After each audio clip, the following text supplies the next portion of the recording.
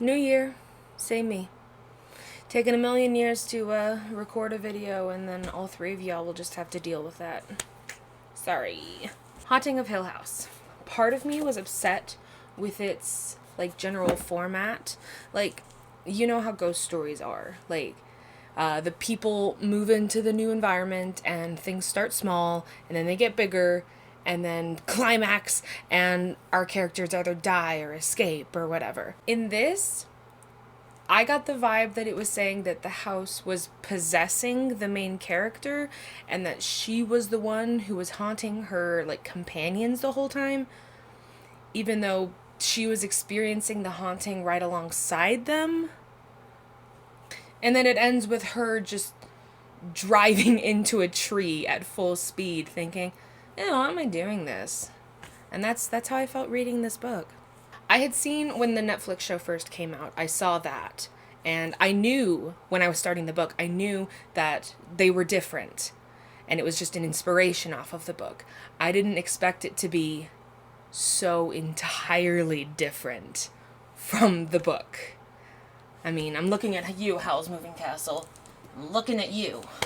Starting a trend in these books I'm reading. She wanted it all.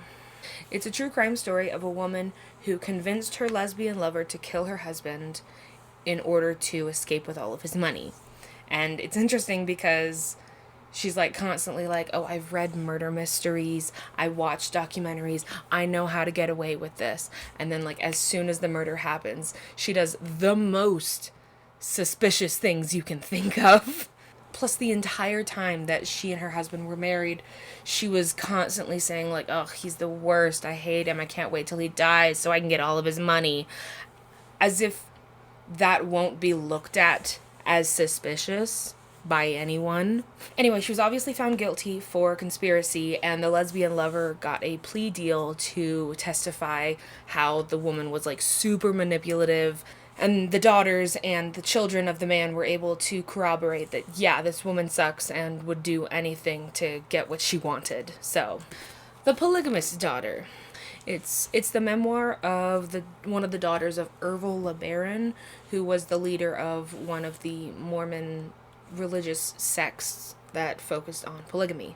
And it's wild how all of these LDS splinter groups, they seem to always focus on polygamy. Why can't there be one that's like, "Hey, I don't like how we do this sacrament. I'm gonna start a religion." Anyway, she tells her story about being randomly moved all over the southwest United States and Mexico for seemingly no reason, with no plan, with the only instruction that, like, it's being done in order to keep the worldly people away from her father, to keep him safe, because he was currently being hunted by the FBI. And then she talks about his eventual death in prison, and then how followers of him then went on to kill people who they thought had backstabbed him while he was still alive.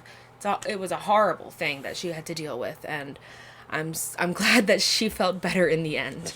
Yeah, she's able to reinvent herself and find a hopeful future for herself.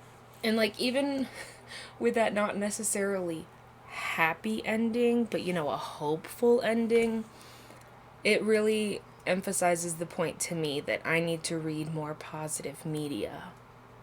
Anyway, Ordeal by Hunger, the story of the Donner Party. It's such a crazy thing that, like, the thing that people know the Donner Party for, it was such a last resort for them. Like, they ate the horses, they ate the oxen, they ate their dogs, they ate bark, they ate pine cones before they even thought about, like, well, this is what we got. And it was only ever people that had already died. Well, except for the very last guy who, when they found him, was surrounded by bodies and he just had a pot of brain stew on the fire. And he's like, "Oh, hey guys, what's up?" "Oh, they died by themselves. I didn't do that. Want some stew?" Anyway, if there's one thing that book showed me, and, like, the story of the Donner Party, it's the resilient human nature to survive. And then, like, not only to survive, but to, like, show kindness to your fellow human being. Like the first guy who was rounding up rescue parties and everything to find them, he had been kicked out of the party months ago, but he knew how treacherous and dangerous the journey they were taking was. So like he was like constantly like, okay, I gotta get people so we can go save them because it sucks. We gotta go help them. And it's like they had washed their hands of him months ago. Last book, The Marriage Lie. A woman's husband dies in a plane crash, and she's like, okay, but why was he on this plane that was going to Seattle when he was supposed to be going to Orlando? And then suddenly all these other lies that he has been telling her come out about his background, about his work, about his family history. All this stuff comes out. Turns out that he and not necessarily like an old friend, but like someone he knew from his troubled backstory, are stealing money from the husband's company, and they were planning on going to Orlando and like paying a guy to create new identities for them so they could just live with all this money, and just like he was just gonna leave his wife behind. But the plane went down in Seattle, and he was like, all right, I'm just gonna hack into the mainframe, and suddenly my ticket was for Seattle, not Orlando, and whoops, I died on that crash, LOL. I'm gonna go run off with the money. And the friend is like, no, you are not. That is our money. And he goes to kill the wife. And then the husband is like, oh, crud, he's gonna kill my wife who I was going to leave anyway. Guess I better save the day. And then the wife is like, okay, cool, you saved me, thanks. And then calls the police and gets him arrested.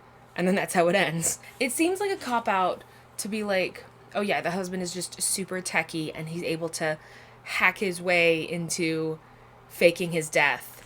And then like when she confronts him, he's like, okay, but your wedding ring, your laptop, they were found in the crash, in the wreckage. And he's like, yeah, if you pay people enough money, they will do basically anything. And I'm like, no. That's just weak songwriting. You wrote a bad song, Petey. And then when we have the friend antagonist guy monologuing at the end, the author just has our protagonist being like, well, she's a psychologist, so she's able to see that he's a narcissist. That's why he's monologuing. You wrote a bad song, Petey. I did like that she just like had him arrested at the end. Like, yeah, girl, he was gonna leave you. Just dump him. He's not worth it. He's not worth the drama. You have your, like, the whole time her family is taking care of her because they think her husband just died horrifically in a plane crash. They're so much better. Screw him. Forget him. Who needs him? And then I also started these two books about the Titanic. This one, The Company of the Dead, I got years ago before I even got into Titanic. And I was just looking at it and I was like, oh my gosh, look, Titanic, I should read it. And it's basically a guy goes back in time to stop the crash with the icebergs. The Titanic made it. And then, like, butterfly effect, there's suddenly a second civil war and the Confederacy sided with the Nazis and California is Japan occupied. I couldn't, it was just too much. It was just too much. I couldn't take all of it.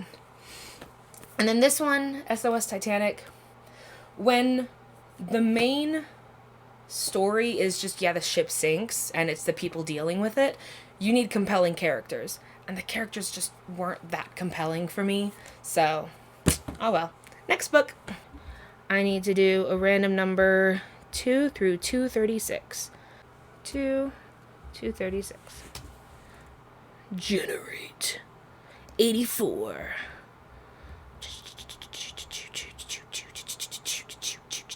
Bam!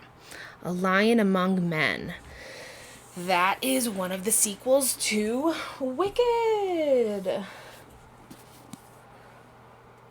which I haven't read in a minute.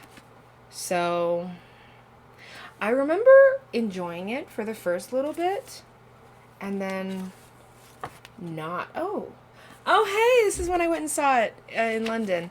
Cool. I didn't know I still had that. Yeah, I remember enjoying it for the first, like, half, and then it just kind of became, My mom will tell me that this is one of the few books that she has ever just, like, thrown away, because she just hated it. But I haven't read either Son of a Witch or Lion Among Men, which are the two sequels, which I've heard are even worse. But yeah, I haven't read this book in years. So, let's party.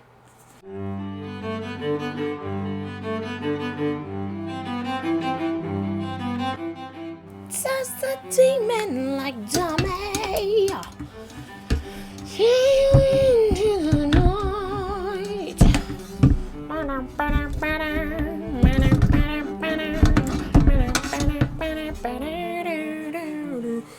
And give you goosebumps in the night.